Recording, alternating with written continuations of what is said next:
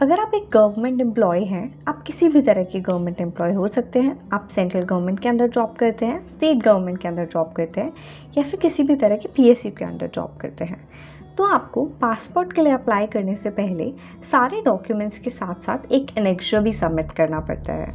ये एनेक्सर जी, annexure H या फिर एनेक्सर ए हो सकता है। एनेक्सर जी और एनेक्सर ए पे मैं ऑलरेडी वीडियो बना चुकी हूँ। आज का वीडियो एनेक्सर एच के बारे में होने वाला है।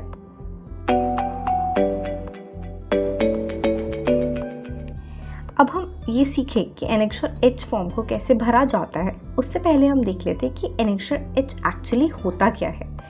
तो जब भी एक गवर्नमेंट एम्प्लॉय पासपोर्ट के लिए अप्लाई करने से पहले अपने डिपार्टमेंट, मिनिस्ट्री या ऑर्गेनाइजेशन को ये इन्फॉर्म करे कि वो पासपोर्ट के लिए अप्लाई कर रहा है और उनकी परमिशन, उनके सिग्नेचर और उनकी सील ले ले उस फॉर्म पे, उसे ही हम एनेक्सर एच बोलते हैं, जिसे हम प्रायर इंटीमेशन लेटर भी बोलते हैं।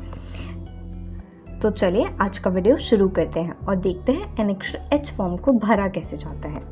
सबसे पहले आपको गूगल पर जाना है। गूगल पर जाके आप पासपोर्ट सेवा सर्च करेंगे। ये गवर्नमेंट की एक वेबसाइट है पासपोर्ट और पासपोर्ट से रिलेटेड सर्विसेज के लिए। पासपोर्ट सेवा की वेबसाइट पे आप जाएंगे तो आपको थोड़ा नीचे स्क्रॉल डाउन करना है और आपके पास फॉर्म्स एंड एफिडेविट्स का एक ऑप्शन आएगा। उसके बाद आपको एनेक्सर्स पे क्लिक करना है। यहाँ पे जाके आपके सामने सारे एनेक्सर्स खुल के आ जाएंगे।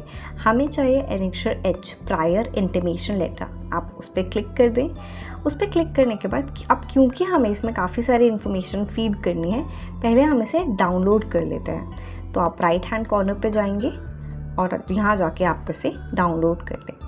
अपना एनेक्सर एच फॉर्म जैसे ही डाउनलोड कर लेंगे, उसके बाद वापस आपको गूगल पे जाना है और जाके अब आप करेंगे PDF टू वर्ड डाउनलोड।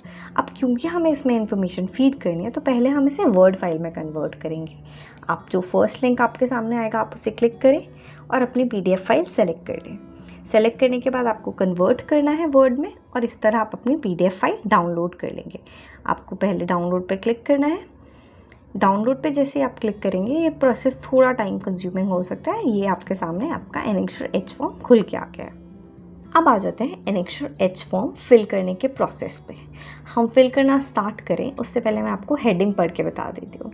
अगर हम देखें तो हेडिंग भी यही बोल रही है कि एक इंटीमेशन लेटर है जो कि एक गवर्नमेंट एम्प्लॉय अपने एडमिनिस्ट्रेटिव ऑफिस को सबमिट करता है पासपोर्ट के लिए अप्लाई करने से पहले।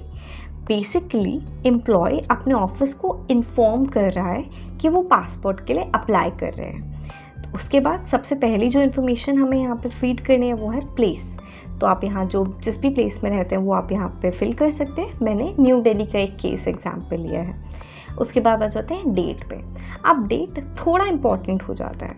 आपको यहाँ वो डेट फिल करनी है जिस दिन आप सिग्नेचर लेने वाले हैं। डेट फिल करने के बाद अब आ जाते हैं लेफ्ट हैंड कॉर्नर की डिटेल्स पे। तो लेफ्ट हैंड कॉर्नर में आपको सारी वो डिटेल्स फिल करनी है जो आपके ऑफिस की डिटेल्स होंगी।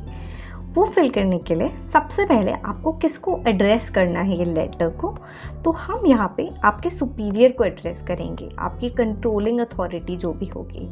इस केस में मैं एक एग्जांपल लेके चल रही हूँ कि आप स्टेट बैंक ऑफ इंडिया के एम्प्लॉय हैं, तो उसके लिए आप यहाँ पे जनरल मैनेजर को ये चीज़ आप रेफ़र कर रहे हैं। उसके बाद आ जाते हैं पिन कोड पे। तो आपको सबसे पहले यहाँ पिन कोड फिल करना है। पिन कोड बहुत ही ध्यान से फिल करिएगा। पिन कोड फिल करने के बाद अपने ऑफिस का टेलीफोन नंबर आपको यहाँ पे लिखना है। तो अपने ऑफिस का आप टेलीफोन नंबर लिखिए। उसके बाद अगर आपके ऑफिस में एक फैक्स है तो आप वो यहाँ लिख सकते हैं, और अगर फैक्स नहीं है तो आप वो चीज़ छोड़ भी सकते हैं, जैसे कि मैंने इस केस में वो चीज़ खाली छोड़ दी है। उसके बाद आ जाता है ईमेल आईडी। तो यहाँ आपको अपने ऑफिस, अपने ब्रांच या अपने ऑर्गेनाइजेशन जिसमें भी आप वर्क करते हैं वहाँ की एक ऑफिशियल ईमेल आईडी आपको यहाँ पे लिखनी है। जैसे मैंने एक मेडअप ईमेल आईडी लिख दी है। ये करने के बाद अब हम लेटर के कंटेंट में आ जाते हैं, और ये जो ब्लैंक आपको दिख रहा है आपके सामने, यहाँ पे आपको अपना पासपोर्ट रीजनल ऑफिस लिखना है। जिधर भी आप अप्लाई करने का सोच रहे हैं, जिस भी रीजनल ऑफिस में, उसका नाम आपको यहाँ पे लिखना है। तो मैं यहाँ पे एग्जाम्पल के लिए अगेन न्यू दिल्ली लिख रही हूँ। आप जिस भी रीजनल ऑफिस में अप्लाई करेंगे आप वहाँ का नाम यहाँ पे लिख सकते हैं। अब आ जाते हैं आपकी पर्सनल डिटेल्स फिल करने पे। योर्स फेथफुली के बाद आपको अपनी पर्सनल डिटेल्स फिल करना स्टार्ट करना है, जिसमें सबसे पहले आपको सिग्नेचर करना है। आप अपने सिग्नेचर कर लें, उसके बाद आपको नेम फिल करना है। अब ये जो नेम होगा ये आपका फुल नेम होना चाहिए, आपके डॉक्यूमेंट्स वाला नेम, आपका फर्स्ट नेम, आपका मिडिल नेम और आपका लास्ट नेम। आप अपना नेम यहाँ फिल कर लें।